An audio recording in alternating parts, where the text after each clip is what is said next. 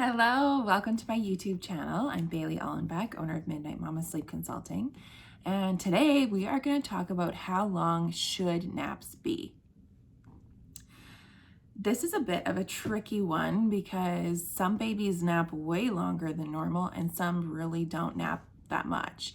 So putting a time limit on it's tricky because we know the length of a sleep cycle is 45 minutes. So that's literally our minimum that we're trying to get.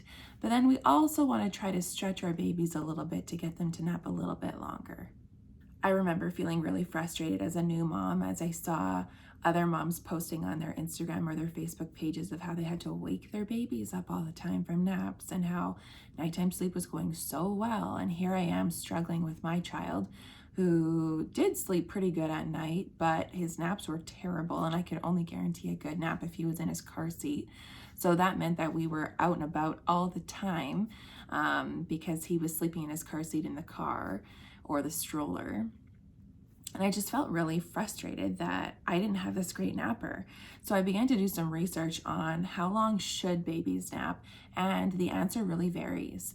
For newborns, it's super normal for them to have cat naps because they can't really consolidate their sleep and they have no self-soothing mechanisms, which sometimes we forget.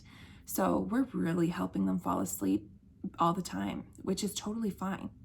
As they get older, then we can expect a little bit more of them. So they can develop some self-soothing strategies and develop these methods so that they can fall back to sleep after they've sometimes woken from that sleep cycle, that first 45 minutes. So if we break it down to ages, anywhere from 0 to 12 weeks, it's really normal to have anywhere from 20 to an hour and a half long naps. I recently had a friend who had a baby and her baby has been napping 3 hours or more in a row during the day. But then she said his awake period's at nighttime. And this is common to have days and nights reversed for newborns. So one tip I would suggest is to always wake your baby after 2 hours of sleeping throughout the day.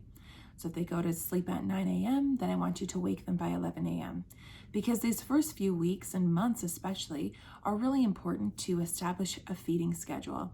So whether or not you're chest feeding or you're feeding with formula, it's good to have that good schedule. That way your baby can be really predictable on when they're ready to eat, they need a diaper change, they're ready to sleep, and then you'll have this rhythm really down pat. Around 12 weeks old, this is when we start noticing that babies can develop some self-soothing mechanisms on their own. So maybe you've noticed that your child likes to suck their thumb, or they're starting to suck on their fingers, or maybe they're kind of rubbing their head or rocking their head on their mattress. And this is awesome. These signs are great because it shows that your child is learning how to self-soothe on their own, which is a super beneficial thing. It's not only beneficial for nighttime, but also to consolidate those naps because it's very common to come to a really light stage of sleep and then dive into a deeper stage of sleep during the nap. But if our child doesn't have these mechanisms on how to fall back to sleep, then when they get to that light stage, they're going to fully wake up. And it's going to be confusing for them because the last thing they remember is you were rocking them to sleep, or you were nursing them to sleep, or they were getting bounced to sleep or somewhere else. So the more they fall asleep in their crib or in their bassinet and they know where they are, the better they will sleep and the more they'll be able to extend their nap time. Another really important part for nap time to predict how long it is to make sure the awake windows are correct. So if we're keeping our newborns up for 2 hours at a time, then we could guarantee that their nap will be short because they'll be overtired. So like I said, once we get to that 12-week age range, usually that's around 3 months. So 3 months onward, we can expect the minimum to be 1 hour long naps. The maximum we're looking for in the day is 3 hours. The reason that we have a cutoff for nap time is because every child has a designated amount of time they require in a 24-hour period.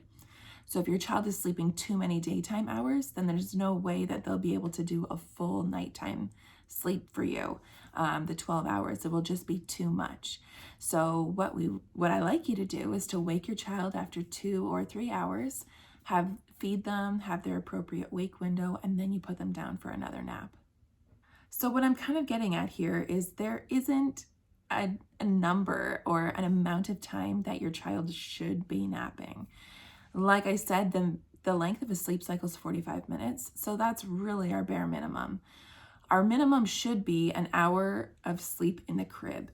So if your child wakes up after the 45 minutes, it's ideal if you can leave them in the crib until they reach the 60-minute mark. This way, it's just teaching their internal mechanisms that they actually stay in their crib for 1 hour during nap time. So whether that 1 hour is fully sleeping or they wake up after 50 minutes and spend 10 minutes in there alone, that's okay. And they will become very comfortable with their bed then. So I have one last little piece of advice to you, and is don't compare your baby to your friend's baby. Every baby is different. No baby is like a robot, and it is so rare that even the best napper in the world is going to nap great all the time. So take it where you are. Enjoy your baby. If they have a short nap, it might mean earlier bedtime, which is okay. And really, the best thing you can do is to do a nap routine and be super consistent with your child.